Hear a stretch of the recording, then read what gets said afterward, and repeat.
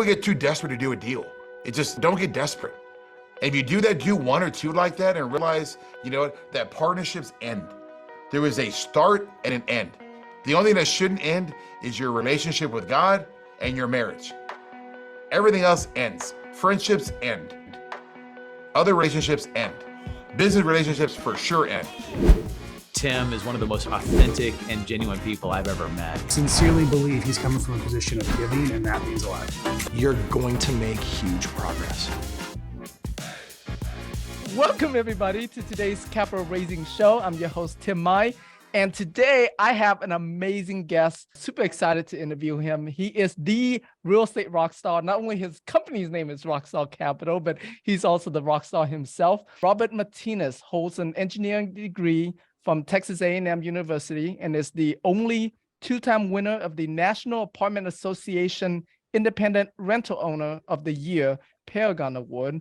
Under Robert's visionary leadership, Rockstar Capital has earned 19 city, state, and national apartment awards and was named number 15th in the Houston Business Journal's Fast 100 Fastest Growing Companies. Rockstar Capital currently manages 4,849 total units across 24 apartment communities. Robert shares a passion for soccer with his two boys, Ryan and Connor, and enjoys supporting their daily efforts with local club soccer. Robert has his company has acquired over $800 million in assets in the last 15 plus years, and he has personally raised over $184 million. So with that, let's give Robert a big welcome, y'all. Woohoo! What's up, everybody? It's great to be on this with you, Tim. You know, I'm an admirer of yours for a while now, so I'm surprised that we haven't connected before now, but I'm super excited to spend the next 90 minutes with you and your gang here, and let's talk about how we raise money for this amazing that we're about to see. Yeah, no kidding, right? Yeah, so let's go right into that. If you can share with us, Robert, a little bit of your journey on how'd you get into this multifamily syndication business? It's amazing, right? Because I didn't really know it. It wasn't my plan. Like, my mentors were mom and dad. You know, daddy worked at Whataburger, which is a fast food chain here in Texas. And my mother worked at Levi's and Hager. So we had no real estate experience. The only real estate we owned was the house my parents bought in 1980 that I grew up in. So of course, being my first mentors, what do they tell you? Go to school and get good grades. So I went to A&M, and, you know, that's where I got an engineering degree. You know, like a lot of you guys, I don't think you all were, you know, from the real estate world either. And so it's kind of like interesting how everybody comes into here from different paths. So I went on for the next 10 years and I had a sales position selling engineered product. And I did that. And, you know, during that time, if you're a sales guy, you always want to be paid in commission as much as you can, because we want to be comped for the amount of effort that we put forth. And of course, no matter how many times I wanted to make here, my employer kept bringing me down to here by restructuring my compensation plan and giving it up to somebody new who was coming to the company because they didn't want me to get to that level. And after about the third time of that, I got frustrated and I started really trying to see what else was out there. I always had an entrepreneurial spirit. I just didn't know. I didn't have enough people around me that did it. So it was a little slow for me to kind of find my path. So I listened to business radio, and back in the day it was, you know, Dave Ramsey and Susie Orman and Ray Lucia. And then I come on across this crazy guy in lifestyles in Houston, Dale Walmsley. And I went to the 2-day boot camp, spent $500 there to join. And, you know, I thought when I went there that I was going to be the single family king, because on Saturday, that's what they talked about, single family. Like, you know what, I'm going to go home. I'm going to buy 3 or 4, or I told my wife then at the time that I want to do this, and I'm going to spend $10,000 on this membership. This is January of 07. And he's like, whoa, $10,000, that's a lot of money. The next biggest check we'd ever written was the check we wrote for our down payment on our house. So she's like, I want to go if you're going to blow that kind of money. So she went there, and on Sunday, we both discovered the multifamily section. And that's when I learned the magic formula, you know, the forced appreciation. $1 of NOI equals $20 of new value, $17 in new value, depending if you're using a 6 cap. And when I learned that as an engineer, it was very easy for me to understand that concept, right? It's a formula. So everything I do makes the needle move. So a $10 rent bump on a 200 unit property at a 6 cap creates $400,000.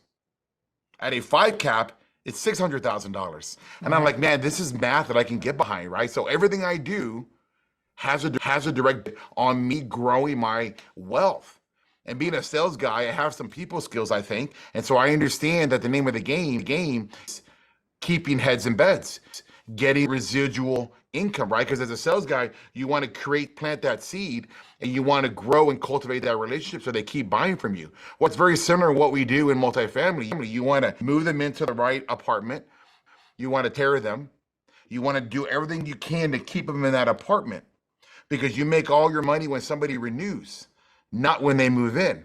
Because the cost of acquisition of a new move-in is very expensive, as you guys know. We got a turn costs, make ready. You got, labor. You've got commissions, marketing, vacancy loss. Like it's just so much easier to keep them in that apartment. So try to do whatever you can to service them, whether that's through reputation management, monitoring all reviews, whether that's putting brand new air conditioners into every single unit, which is what we did to make sure that there was no reason for them to move out. And so as we did that, I created a little bit of a success for myself. And over the past, I don't know, what is it? It's been on my own since 2011. I had a partner before that. I've done, almost 6,000 apartment units. I've done, currently our portfolio is right around 675 million, 4,850 units, raised 184 million. But the reason I was able to do that was because I was able to do 100% tax-free refinance events. And when you give your investors money, again, just like you're getting that residual sale, they want to give it right back to you. And we've been able to do that for the last, 12, 13 years. And it's been quite a ride. That is awesome. So I take it you never even bother with the single family at all then, right? No, I didn't. I was real fortunate. I know not everybody's like that. I was a six-figure earner.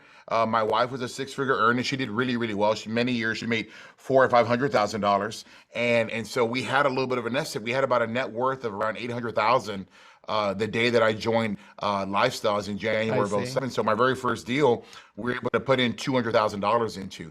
I know not everybody's like that. They have to go through either wholesaling to start building a little bit of wealth, and then house flipping, and then maybe house ownership.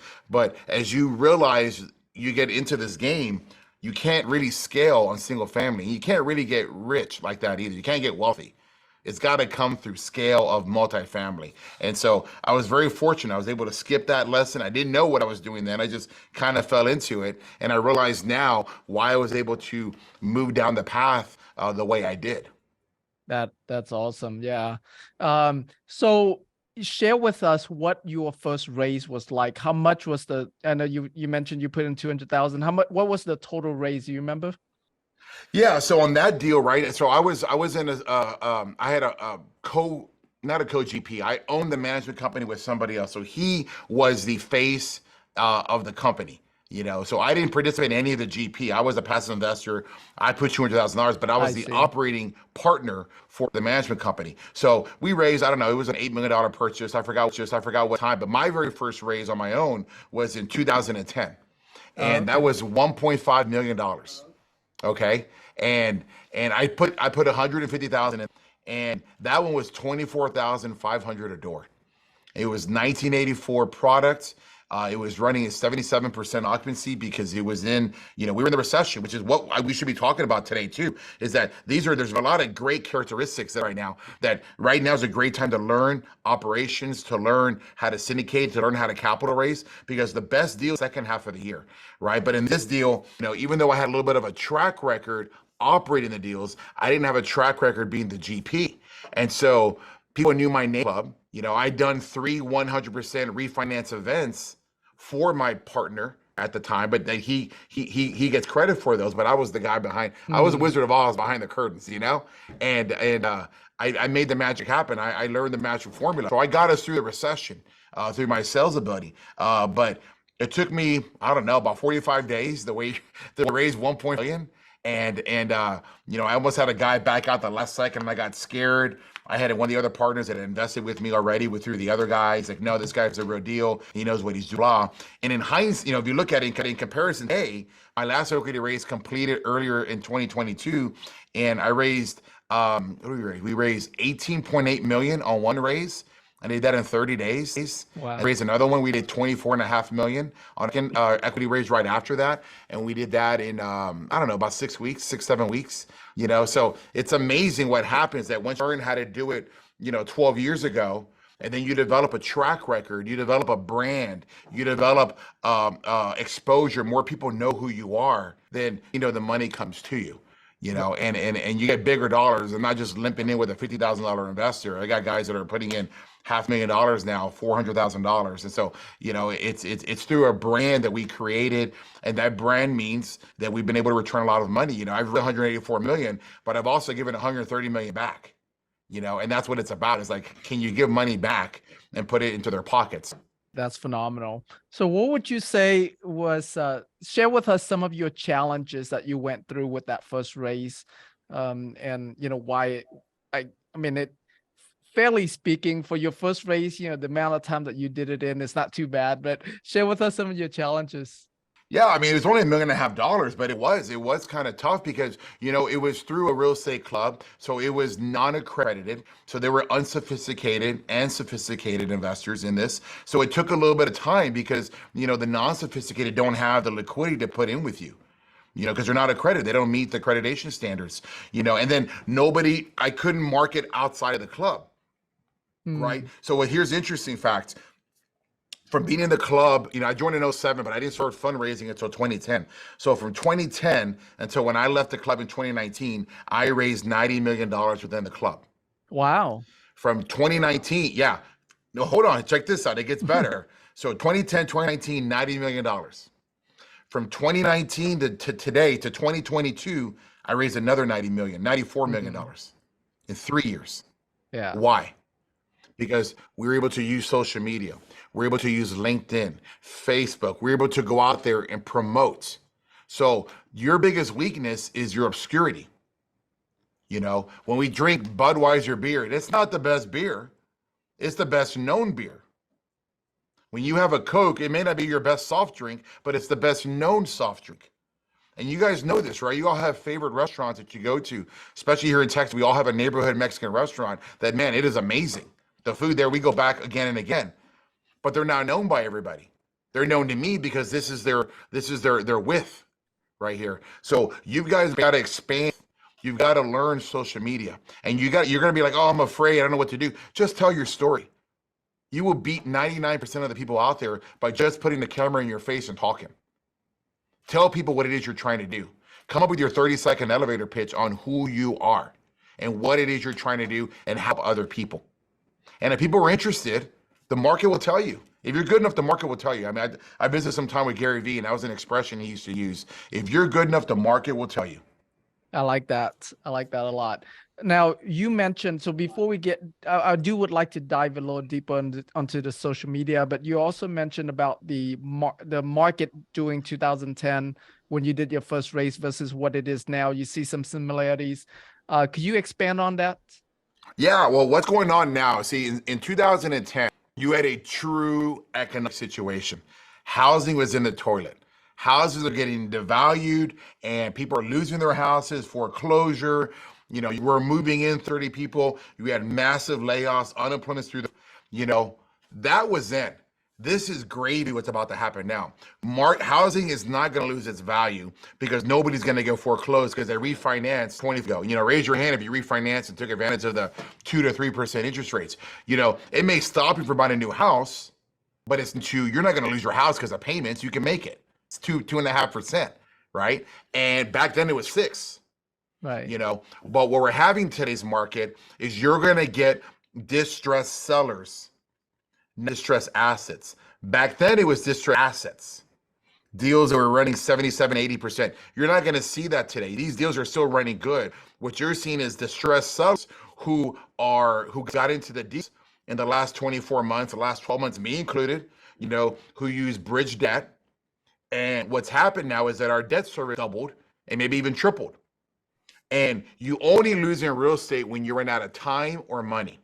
And time means, can you stay in front of that rising rate? Can you stay in front until the rates come back down? And that's determined by your money. Well, guys, nobody expected this to happen, so we didn't prepare for it. Now, some of us have a rate cap, which means that there's a limit that the rate cannot go above. You'll get reimbursed from insurance company for that. So you bought a policy, but that gap between the ceiling and what you thought it was going to be comes out of your pocket. That means it's eating your reserves up. So you're going to get quality assets from distressed sellers, not assets. So it's kind of interesting right now. This is a massive opportunity to get deals at really good pricing. Back in that 2010, that deal, I bought it for 24.5. I still own it today, 2023, and that deal's worth north of 110. Wow. All day long. I had another deal that I bought in 2011 for 15.5, and I sold that in the beginning of January 2021 from 15.5 for $86,000 a door.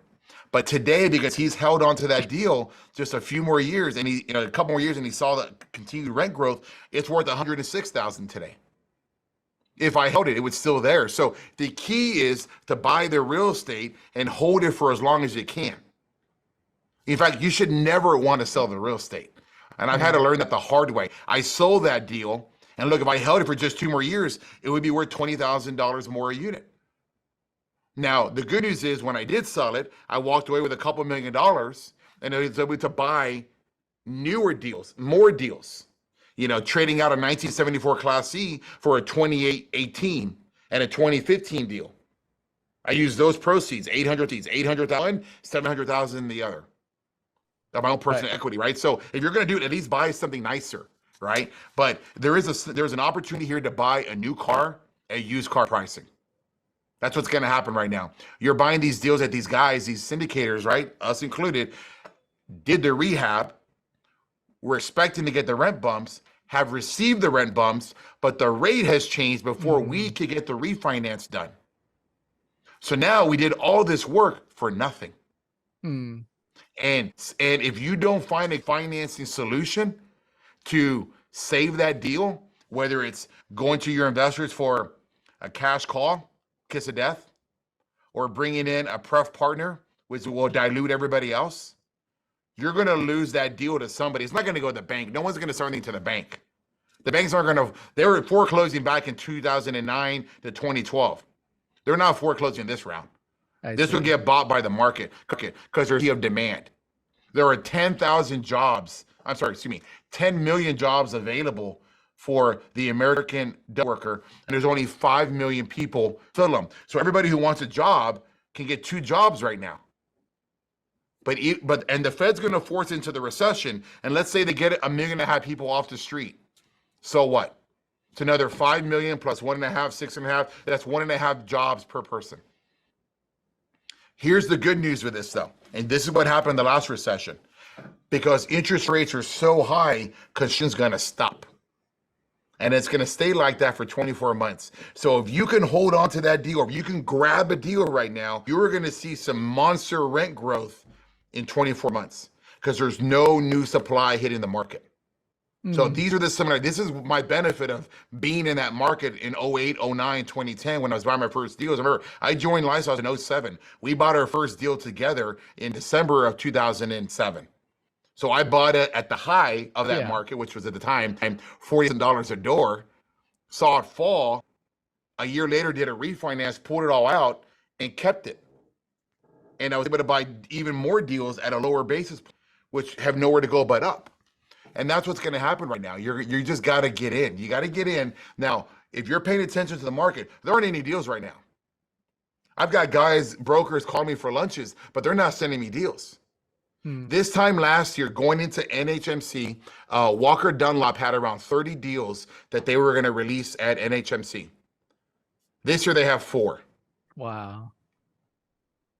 Because guys have done the work. They don't want to sell. Nobody wants to sell. If you're buying a deal right now, because that guy has to sell, which is what you want.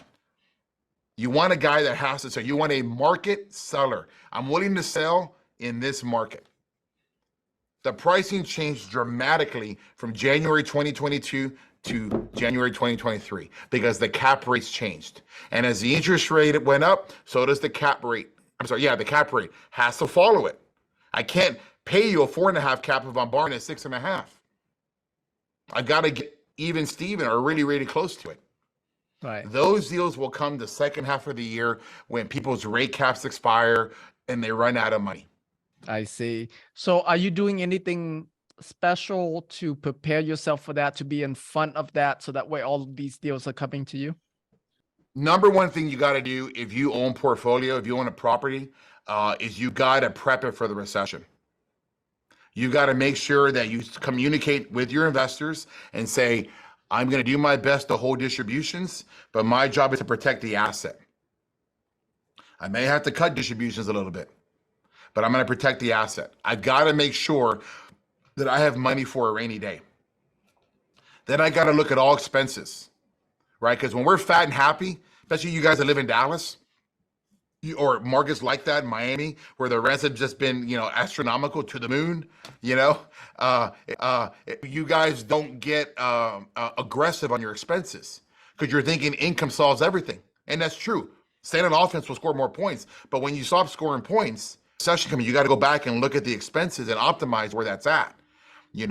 And so you got to go look and see all these programs that you added, all these surplus costs that you added. Where are you at? Do you really need that? Do you need this? Then you got to look at your staff. Do I have the right staff? The right staff. Pay more to somebody if they'll do the job of 5 people than pay somebody cheap. Here's your chance right now with new people coming to the market to upgrade your people. Are you getting the best result for that money? I've got a portfolio down south, and I'm like, here's a chance to get rid of that guy. He's not good enough. This guy's hero. I want one of these. I want a starting pitcher. I don't want a reliever. And if I can find a horse at number 1 and number 2, I want to add them because the best team wins in the recession. And then once your portfolio is optimized and you're not hurting, then you can, with clear conscience, go buy your next deal. It doesn't look good to add more stress to a portfolio just because there's a gravy deal. Don't do that to your focus on the investors. They gave you their money, and those of you that are doing your very first deal, choose wisely. Your first deal is everything. You got to get it right. You got to get that first deal right. If you haven't found mentorship, get mentorship, like, seminars like this, or actually paid membership where you're somewhere, or go to meetups, learn, be around other people that are doing what you want to do. Get this right, because this has been the most amazing wealth changer that I've ever seen. I went from a net 100,000 to tens of millions of dollars today. And it's the recessions that you make your money. These stores I was telling you about, the 24,000, the 15.5, the 26,000, the 32, the 40, these are dream numbers. This in the last cycle. And as the cycle recovers, the pricing goes, but it's still going to be good. Don't be afraid on the way out. The pricing is great because you're going to get 2 years of this stuff because there's not going to be any construction. Wow. Yeah. Oh, that's that really good insights for sure. So let's talk about your social media marketing. I know you're huge on social media. You're everywhere. Share with us your strategy behind that, and then also too, I'd like to hear the how each different platforms perform for you. Yeah. So for me, I first found social media roughly around 2016 or so. I realized I started watching a lot of Gary Vaynerchuk's, why I referenced him earlier. I was a fanboy of his for a little bit. And I realized that if you didn't live here, then you don't exist. No one's watching commercials. No one's watching TV. They're watching this. I don't know if you know, today, you probably get all your news from this. Yep. So if it doesn't pop up on my Instagram feed, it doesn't pop up on my social media feed, I don't know what's going on, which many times is good. Many times it's really good that you can stay focused. I don't need to worry about what's going on in other parts of the world. I can't affect it. I'm not going to get into a pissing contest. So, the whole point is you need to live here because this is where everybody else is at. This is where the eyeballs are.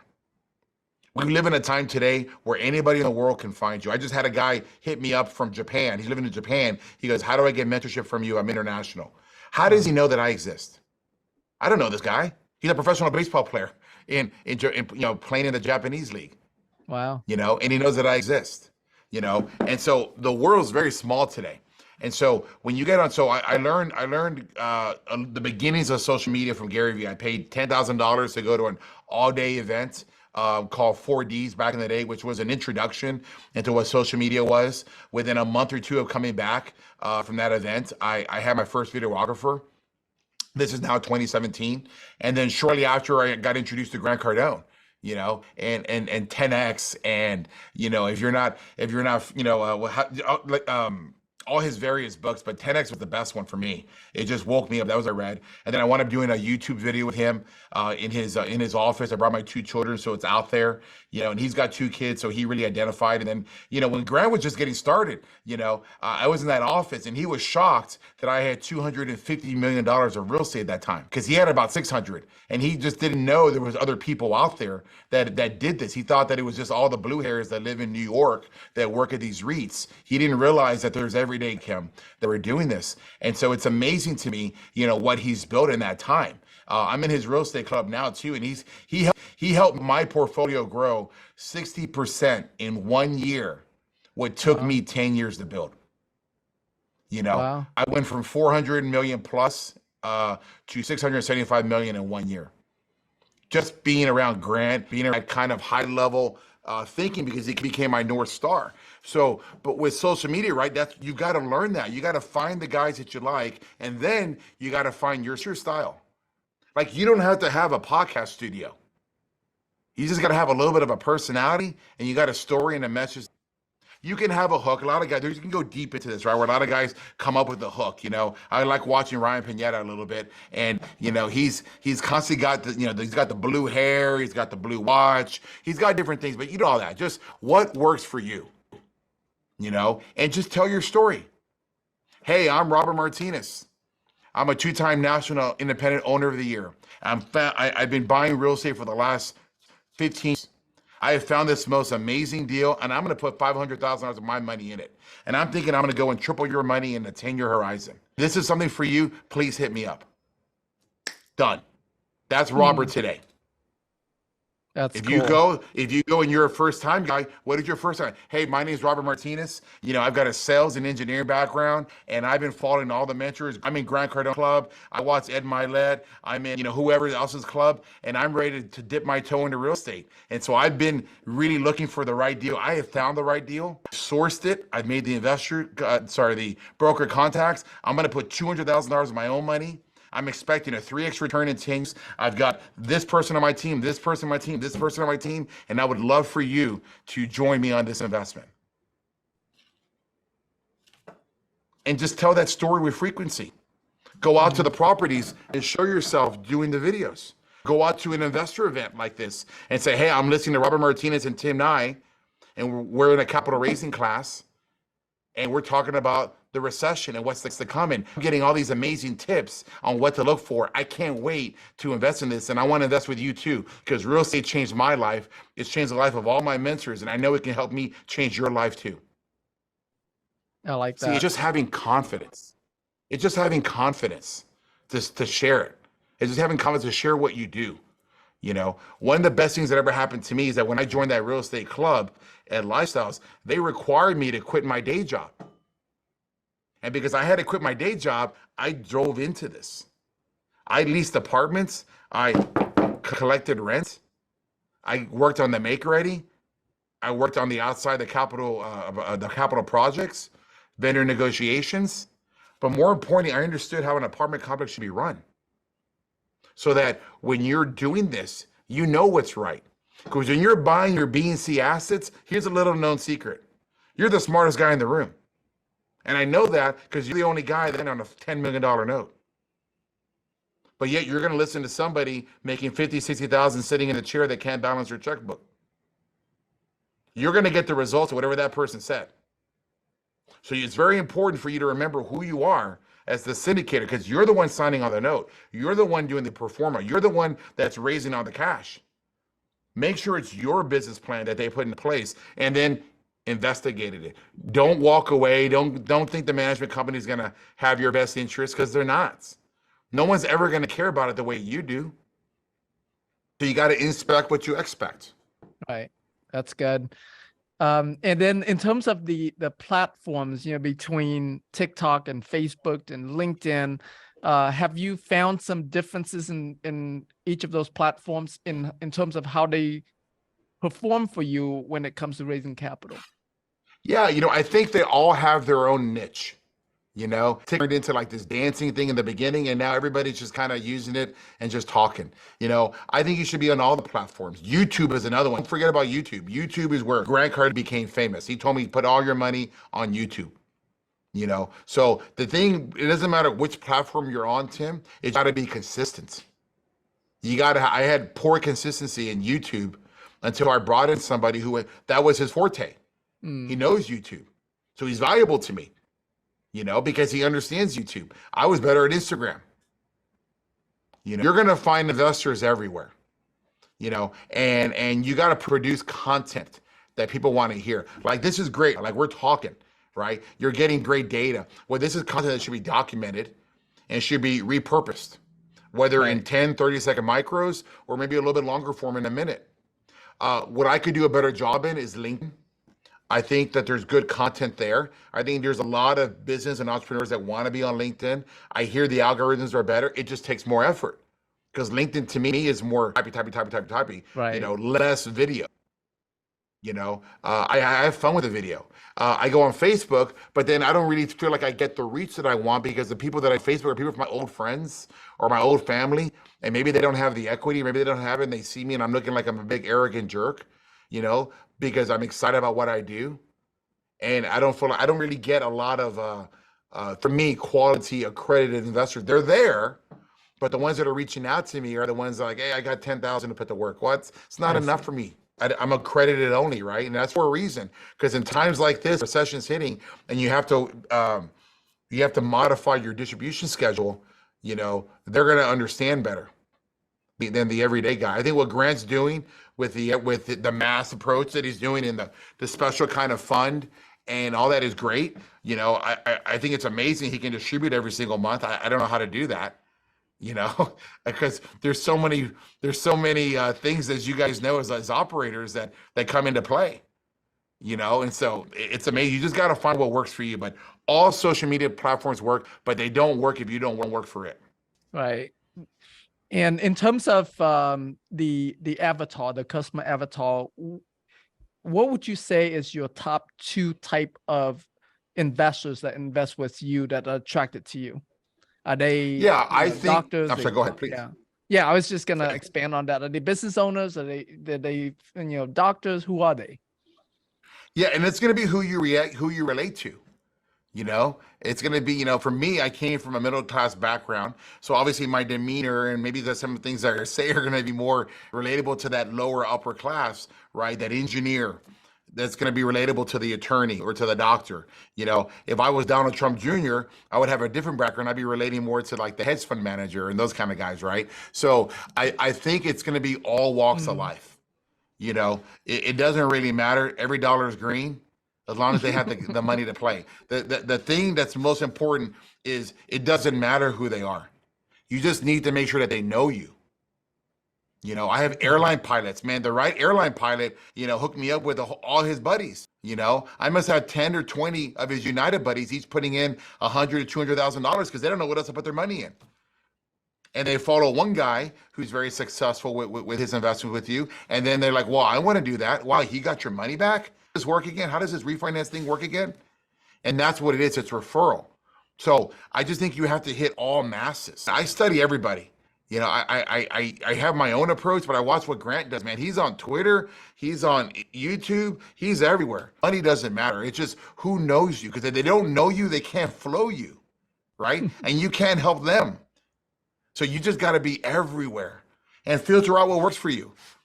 I've not taken, and this is something too, because I know it's a capital raising, I've not taken a dollar from institutions at all.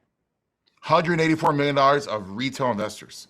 Wow. You want to know if social media works? I raised $90 million in the last 3 years because of promoting the brand that I was able to develop within the real estate club, which means I had a refer. I have 2 or 3. I pay another consultant to kind of give me ideas on things that are hitting the market. Am I getting my money's worth of that? Yes, I am. Because I'm raising money. Money creating, like staying on offense, creating income solves everything. So you just trust yourself. You need to commit to it. And if you don't have the budget for somebody, that's okay. I did my first videos. I learned how to do a sponsored Facebook post of my own. Trial and error. But it's still better than what 99% of the people are doing. They're not trying it yet. Right. So it's all walks of life, man. I would never dictate, because again, the higher up the food chain, guess what? The higher the expectations. They are. I don't want the retiree that's relying on me, right? Because I know I'm going to have this in Houston, Texas. We do a lot of this. That's what's made me a good operator. I want the airline pilot. I'm just another one of his investments. If it hits, great. If it hits lower, okay, then too. He's not relying on it. I also don't want the super sophisticated guy that's writing me a $2 million check. Because to write you a $2 million check, you got to have a lot going on here to be able to have liquidity, because he didn't just give you his last dollar. So he's got more money there. You want to make them happy and they'll keep feeding you, but at the same time, they're going to ask a lot of questions. They're going to be on you, so you just got to find what works for you. Right. And are you all of your raises 506c? Mm-hmm. What 506c, because I got to be able to use social media. I got to be able to go. I got to promote everywhere I can. And if I go to B, then it's only on my list. And that's fine, but I've noticed now, and this is, I think, maybe of every deal that I do, it's 2 to 1. 60 to 66% are legacy investors that have invested in a previous deal, and a third is new. I see. That means that my marketing is working. Something's working to get in a 1/3 of the equity to come in new. So think about that too when you're doing your equity raises. Right. Okay. And then in terms of your split, do you have like a general split that you do on every deal, or does it depend a lot on each deal? No, it's really the same. It's about 80-20, and I don't have any co-GPs. I've never had a co-GP on any of my deals. No one's ever fundraised with me. No one's ever done any of the asset management. We do it all in-house, and that's one of the unique things about me, is that I raise this money by myself, and I didn't realize how special that was until somebody pointed it out to me, and like, wow, you realize like how unique that is? There's a lot of guys, especially in Grant's club that I'm in, they partner together, Right. and you guys getting started, I think that's a good way to get started. It is not a good way to move forward, because you don't want to have a 2-headed monster, a 3-headed monster, because at some point somebody's stack gets bigger and somebody gets mad, and you start doing deals that you shouldn't do because you're not getting 100% of the pie. You're only getting 50% of the pie or a third of the pie. So you start aggressive. I think in the beginning, and we all get a little scared. My first solo GP could have probably been in 2008. But I was scared, and I waited until 2010 when I had a couple more years of track record to qualify for that loan. Fear, is just appearing real.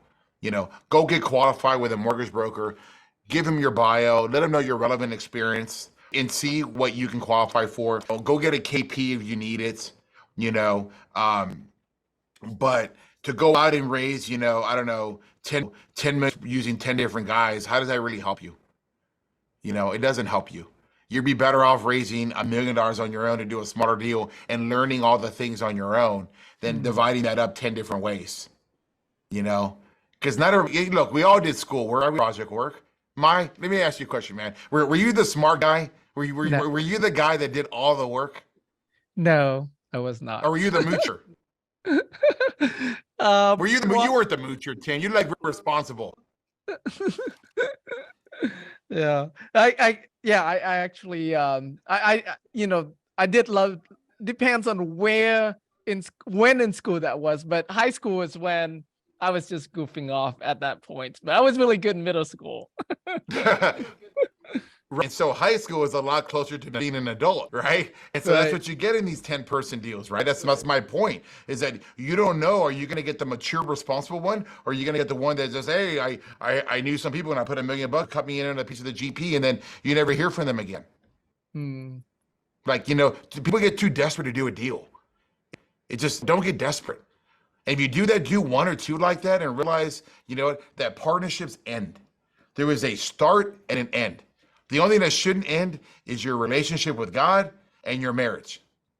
Everything else ends. Friendships end. Other relationships end. Business relationships for sure end. And so I don't want anybody to get into trouble with this. That's what happened with me. I thought I would never have left my partner. Nobody tried to cut my throat on Christmas of 2010. And I was out the door, man. Wow. I understand when somebody cheats on somebody and relationship's over, dude, it's a wrap. I don't trust you anymore. And so that was the best thing happened to me. So that's why I'm trying to say is like, I wouldn't put all your effort and your family time and sacrifice all that into a big group project unless it's just one or two at the most, and then go on your own. You know, you get to keep all the pie and you don't have to grow as fast. Here's a little known fact. I bought one deal a year for the first 4 years. 2010 deal, 2011 one deal, 2012 one deal, 2013 one deal. It wasn't until 2014 when I bought more than one deal. Because I wasn't starving. I worked that deal. And I learned and I learned and learned. Now I can buy multiple deals, but I had years of a track record. It's why I became a 2-time National Owner of the Year. Because I did the ownership side. I understood how to operate. You don't learn how to operate if you got to share it. You get dependent on somebody and they become a handicap. And you never develop that skill set. You go into the jungle or you go into the, there without the proper skill set. That's good. Share with us some of your favorite tools that you use in the business. Favorite tools, like give me an example. Yeah, like, it could be syndication software tools. It could be social media tools. Yeah. Well, yeah, I mean, the only real tool, and I don't use a lot, is that I did all the underwriting myself. And when I was unsophisticated, I didn't know any better. Now, the good news is I did all the underwriting by myself. So I know what stuff should cost. I know how it looks. I know how to present it. But speed is what slowed me down. It would take me a while to underwrite because I have to go through the rent roll and I got to do a rent roll audit. Right. And now there's software like we use Red IQ, which you can just submit in and pops it out to you. Right. But what I have found is just the old-fashioned approach is, can you do the back of the napkin underwriting?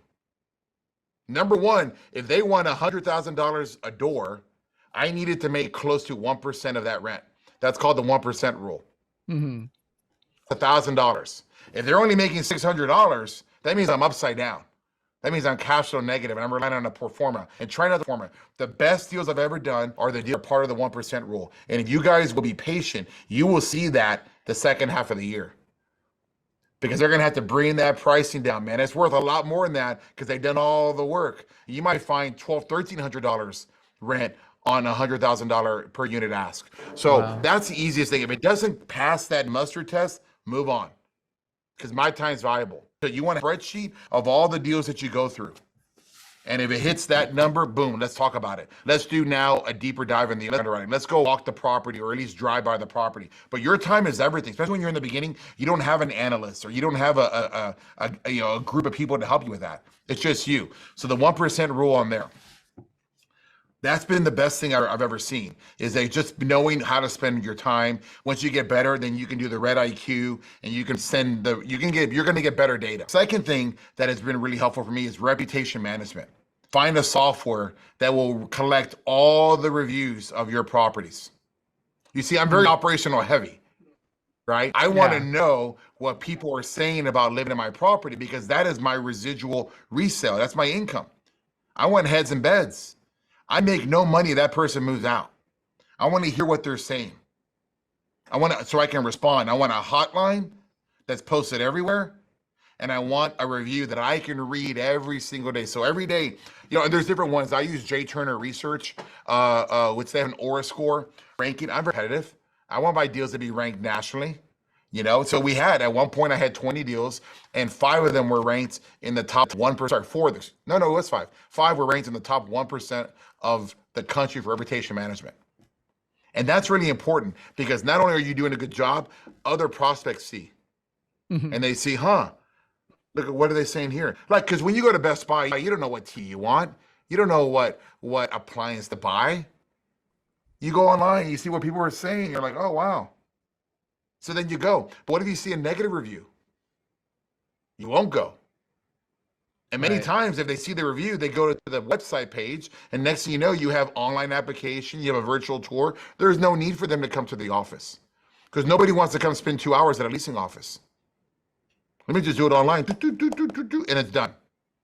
So Bird's Eye is another one that we're using now in the management company. And again, it's the same thing. You want all the reviews coming in daily. So every morning when I go, 8 a.m., 7, I'm not sure what time it comes in, but when I check my email, it's there. It says Bird's Eye Summary. And I read the reviews, all the reviews, and they're coming in from Google, Facebook, apartmentratings.com, all the big review sites. I'm seeing them.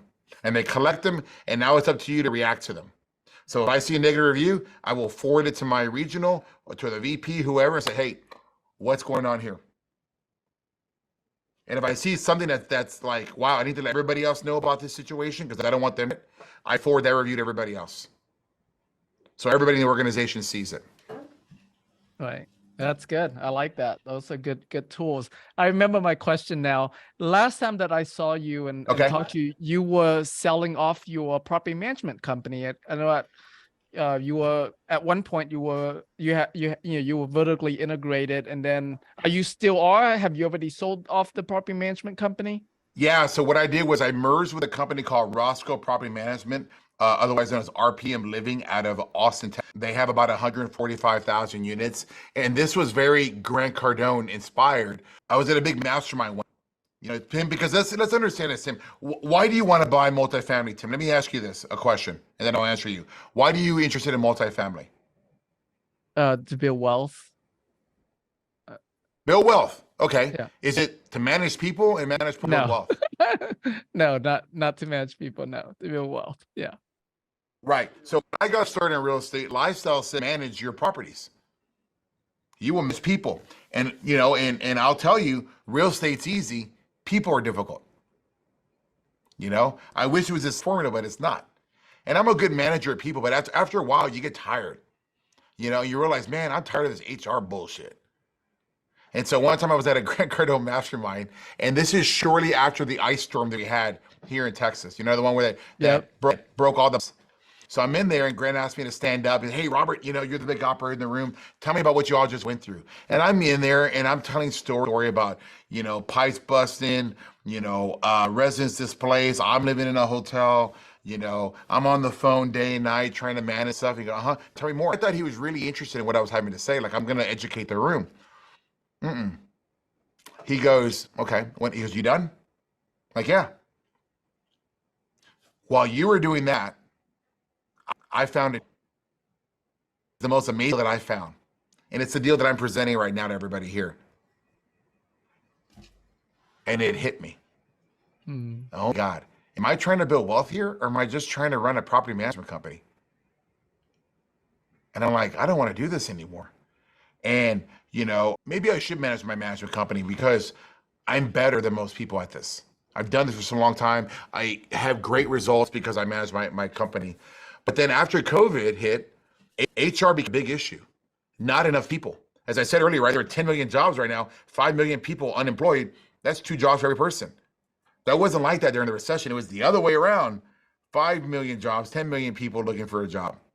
And it became very difficult, and it takes my eye off the prize. My eye should be looking at, how do I optimize income? How do I optimize expenses? How do I play that general manager of the Dallas Cowboys and say, I need this guy, I need this guy, I need this guy. Right? It's not managing people. And then I realized, man, I can't find quality people. I can't get people. I want to replace that person in the chair, but I have nobody to replace them. I don't have a bench. Because after COVID, man, I don't know what happened. Call it the great resignation, the alien abduction. I don't know what happened. Everybody left. They're not there anymore. And you have a smaller workforce. And you guys have seen it. You've experienced lower quality in every fast food restaurant, every dining experience, everywhere. You have people that are now in positions they would not normally be because there's nobody else. And that became an issue for me, because I couldn't hire and fire how I wanted. Working with a larger management company, I realized, man, they have so many more resources to offer a quality employee than I did. They have a 15-person HR team, which includes their training. Wow. I had 2. They have all these, so when I first joined the industry back in '07, I literally thought, man, it was a talent deprived industry. I came from a Fortune 500 company. I'm a smart guy, but I'm just one of a lot of smart guys in that office. We all had college degrees. We're all capable of some sort. You walk in the office, it's not like that, especially in a B and C property. And you're like, man, this is why I'm running circles around everybody here. This is why I have to make all the decisions. I come to find out later now in life, now that I know things, all the players are at the top of the food chain. They're at the Camdens, they're at the Gray Stars, they're at the RPMs, because I can't pay or offer the benefits or the resources that these large mega companies have. I'm an independent owner. And what that means is you will supplement the effort of everybody else in the room. You will subsidize that property manager because she's not qualified to make that decision on her own. And after you do that enough times, you realize, man, I'm at true scale this way.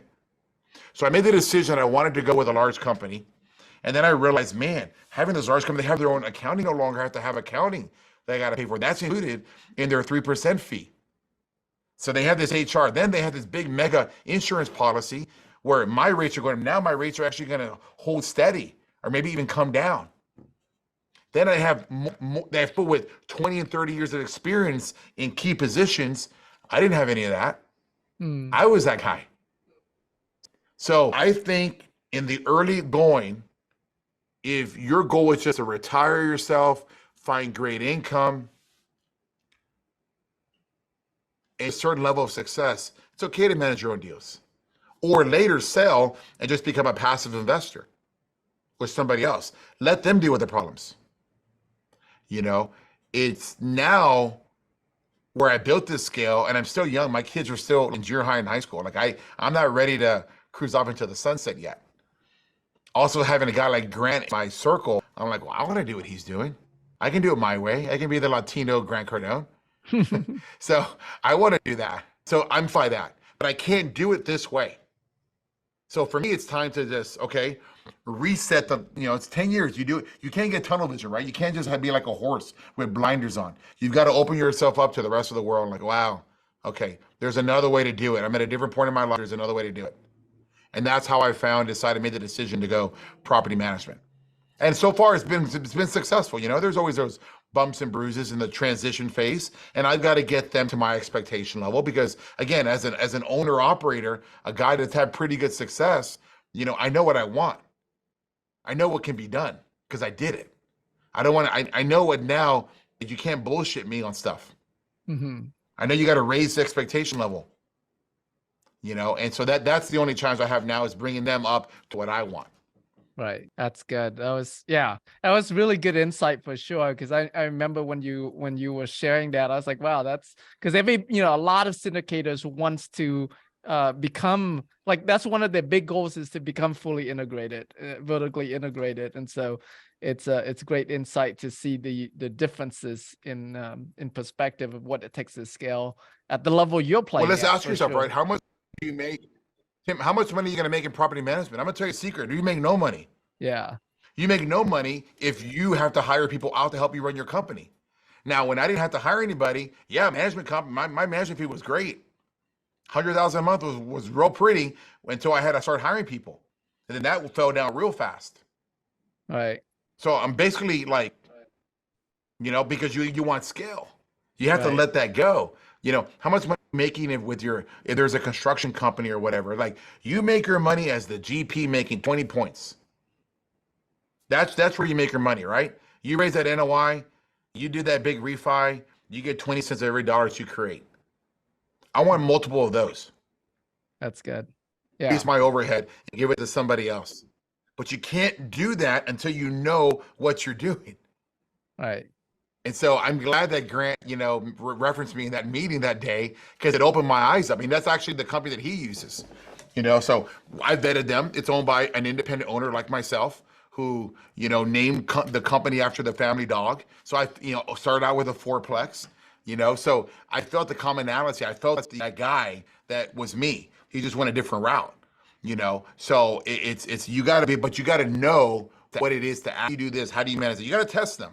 Don't give these guys your $20 million asset and just assume that because they're a property management company, they're going to run it better than you. You've got to run this yourself for a little bit. And then you realize, okay, I'm not going to get to where I need to go doing it this way. I've got to get the other way. All right. Now, you've grown a lot. What's your big goal now? Where are you trying to head to? Well, again, the immediate short-term goal is to optimize the portfolio. Again, we have these trans issues that we have going on with the management company and the old culture, raising their expectation, preparing for a recession. I love it because this is the eye before the storm right now. So I have until about June to get this optimized the way I want it. Second half of the year, I will be buying. I made my money during the recession. And that's the benefit of having some scope in this, right? Is that I'm a wartime general. I've been through multiple recessions now. I know exactly what's going to come. Just like I tried to tell you and share with that earlier. I know you need to optimize systems, you need to preserve cash.